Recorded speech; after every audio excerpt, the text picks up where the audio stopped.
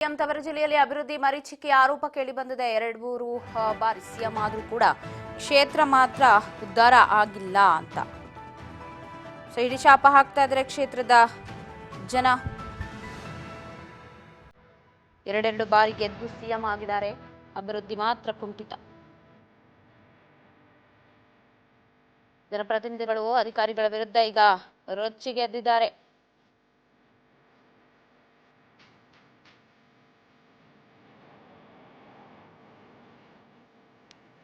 ನರಸೀಪುರ ಪುರಸಭೆ ವಾರ್ಡ್ ಅಭಿವೃದ್ಧಿಯಲ್ಲಿ ಕುಂಠಿತವಾಗಿದೆ. ಇದು ಸಿದ್ದರಾಮಯ್ಯನವರ ಸರ್ಕಾರ ಅಧಿಕಾರಾವಧಿಯ ವೈಫಲ್ಯ. 2 ಬಾರಿ ಸಿಎಂ ಆದ್ರೂ ಕೂಡ ಚೂರೂ ಅಭಿವೃದ್ಧಿ ಆಗ್ಲಿಲ್ಲ ಅಂತ ಹೇಳಿ. ನೀರಾಗಿರ್ಬೋದು, ಮೂಲಭೂತ ಸೌಕರ್ಯಗಳು, ಚರಂಡಿ ವ್ಯವಸ್ಥೆ ಯಾವುದೂ ಇಲ್ಲ. ಒಂದೊಂದು ಸಲ ಗಬ್ಬೆದ್ದು ನಾರತ್ತೆ ಅಂತ ಹೇಳಿ ನರಸೀಪುರ ಪುರಸಭೆ ವಾರ್ಡ್ ನಂಬರ್ 12ರಲ್ಲಿ ಜನ ಆಕ್ರೋಶವನ್ನು ವ್ಯಕ್ತಪಡಿಸ್ತಾ ಇದ್ದಾರೆ. ಇದು ಸಿಎಂಎ ಪ್ರತಿನಿಧಿಸುವ ವರ್ಣಾ ಕ್ಷೇತ್ರಕ್ಕೆ ಸೇರಿರುವ ವಾರ್ಡ್. ಇದು ಮೂಲಭೂತ ಸೌಕರ್ಯಗಳಾದ ರಸ್ತೆ ಮಾರ್ಗ, ಚರಂಡಿ, ಕುಡಿಯೋ ನೀರೂ ಸಿಗದೆ ವಾರ್ಡ್ ನಿವಾಸಿಗಳು ಸಮಸ್ಯೆ ಎದುರಿಸ್ತಾ ಇದ್ದು ಪ್ರತಿನಿತ್ಯ ನರಕ ಯಾತನೆ ಅನುಭವಿಸ್ತಾ ಇದ್ದಾರೆ. ಚರಂಡಿ ವ್ಯವಸ್ಥೆ ಇಲ್ಲದೆ ನಿಂತಲ್ಲೇ ನಿಂತಿದೆ ಚರಂಡಿ ನೀರು. ಈಗಲಾದರೂ ವಾರ್ಡ್ನಲ್ಲಿ ಮೂಲಭೂತ ಸೌಕರ್ಯಕ್ಕೆ ಮನವಿಯನ್ನ ಮಾಡ್ತಾ ಇದ್ದಾರೆ ಜನ. ನರಸೀಪುರ ಪುರಸಭೆ ವಾರ್ಡ್ ನಿವಾಸಿಗಳು ಒತ್ತಾಯವನ್ನ ಮಾಡ್ತಾ ಇದ್ದಾರೆ.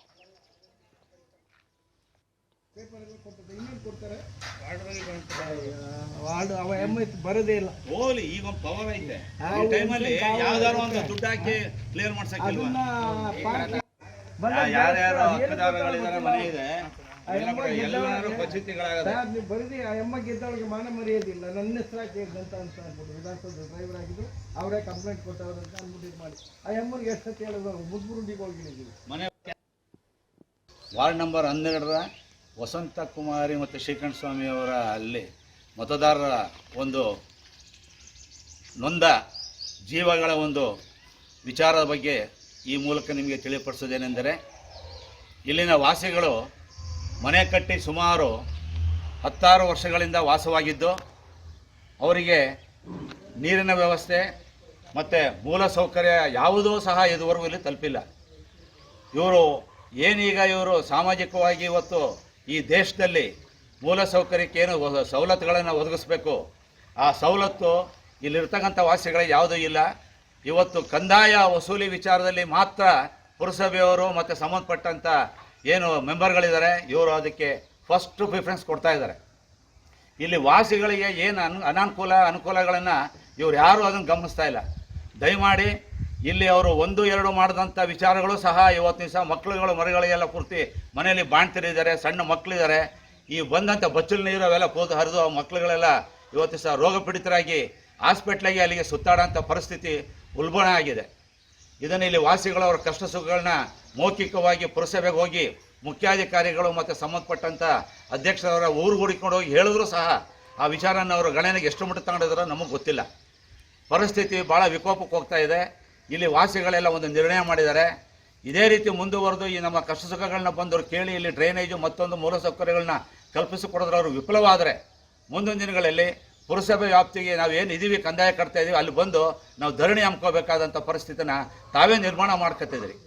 ಜೊತೆಗೆ ನಮಗೇನು ಇವತ್ತಿನ ಸಹ ಒಂದು ಖುಷಿ ಇತ್ತು ಅಂತಂದರೆ, ನಮ್ಮ ರಾಜ್ಯದ ಮುಖ್ಯಮಂತ್ರಿಗಳು ವರ್ಣಕ್ಕೆ ಸಂಬಂಧಪಟ್ಟಂಥವರು ಸಿದ್ದರಾಮಯ್ಯನವರು ಅವರು ಇವತ್ತಿನ ಸಹ ಈ ಒಂದು ಕ್ಷೇತ್ರನ ಇಂಪ್ರೂವ್ ಮಾಡಿ ಮೂಲ ಸೌಕರ್ಯ ಇಲ್ಲದೇ ಇದ್ದಂಥ ಜಾಗದಲ್ಲಿ ನಾವು ವಾಸಿಯಾಗಿದ್ದೀವಲ್ಲ, ಇದು ನಮಗೆ ಭಾಳ ನಾಚಿಕೆ ಆಗ್ತಾಯಿದೆ. ಯಾಕೆ ಅಂತಂದರೆ ಅವರ ಮಗ ಯತೀಂದ್ರ ಅವರು ಸುಮಾರು ಬಾರಿ ಹೇಳಿದ್ದೀವಿ ಅಂತಂದ್ಬಿಟ್ಟು ಇದೇ ಶ್ರೀಕಂಠ ಸ್ವಾಮಿ ಈಗ ತಾನೇ ವಿಷಯ ತಿಳಿಸೋರು ಫೋನ್ ಮಾಡಿದಾಗ ಅವರು ಸಹ ಇದ್ರ ಕಡೆ ಗಮನ ಹರಿಸಿ ಇಲ್ಲಿ ಇರ್ತಕ್ಕಂಥ ಜನತೆಗೆ ಮೂಲ ಸೌಕರ್ಯನ ಒದಗಿಸ್ಕೊಡ್ಬೇಕು ಅಂತೇಳಿ ಮಗದೊಮ್ಮೆ ಅವ್ರಿಗೆ ನಾನು ಒತ್ತಾಯ ಮಾಡ್ತೀನಿ ಈ ಸಾರ್ವಜನಿಕರ ಪರವಾಗಿ. ರೋಡು ಯಾವುದೂ ಸರಿ ಇಲ್ಲ ಇಲ್ಲಿ. ನಾನು ಸಿದ್ದರಾಮಯ್ಯವ್ರಿಗೆ ಹೇಳಿದ್ದೀನಿ, ಯತೀಂದ್ರ ಅವ್ರಿಗೂ ಹೇಳಿದ್ದೀನಿ. ಯಾರು ಮಾಡ್ತಾರೆ ಅಂತ ಹೇಳಿದ್ದಾರೆ. ತೊಂದರೆ ಇದೆ, ರೆಡಿ ಮಾಡಿಸ್ಕೊಡಿ. ಇಲ್ಲ, ನೀರಿಲ್ಲ, ಮತ್ತೆ ಏನು ಸೌಕರ್ಯ ಇಲ್ಲ, ರೋಡ್ ಇಲ್ಲ, ಸೊಳ್ಳೆ ಪರಿಸ್ಥಿತಿ, ಸೊಳ್ಳೆ ಕಚ್ಚಿ ಮಕ್ಕಳಿಗೆಲ್ಲ ರೋಗ ಬರ್ತಾ ಇದೆ. ಇಲ್ಲ, ನಮಗೆ ಸರಿಯಾದ ಮೂಲಭೂತ ಸೌಕರ್ಯನೇ ಇಲ್ಲ. ಸುಮಾರು ಇಲ್ಲಿ ಲೈಟ್ಗಳಿರಲ್ಲ ಸಾಯಂಕಾಲ ಟೈಮು. ಈ ರೀತಿ ತುಂಬ ತೊಂದರೆಗಳಾಗಿದೆ. ಹಾವು ಜಲಚರ ಪ್ರದೇಶಗಳಿದೆ, ಆದ್ದರಿಂದ ಇದು ತುಂಬ ಹಾವು ಹಲ್ಲಿಗಳ ತುಂಬ ಕಾಟ ಇದೆ. ಸ್ವಲ್ಪ ಗಲ್ಲಿ ಮತ್ತು ನಮಗೆ ಮೇನ್ ರೋಡ್ ಆಗೋಂಥದ್ದನ್ನ ಒಂದು ಅನುಕೂಲ ಮಾಡಿಕೊಡಿ. ರೋಡು ಯಾವುದೂ ಸರಿ ಇಲ್ಲ ಇಲ್ಲಿ.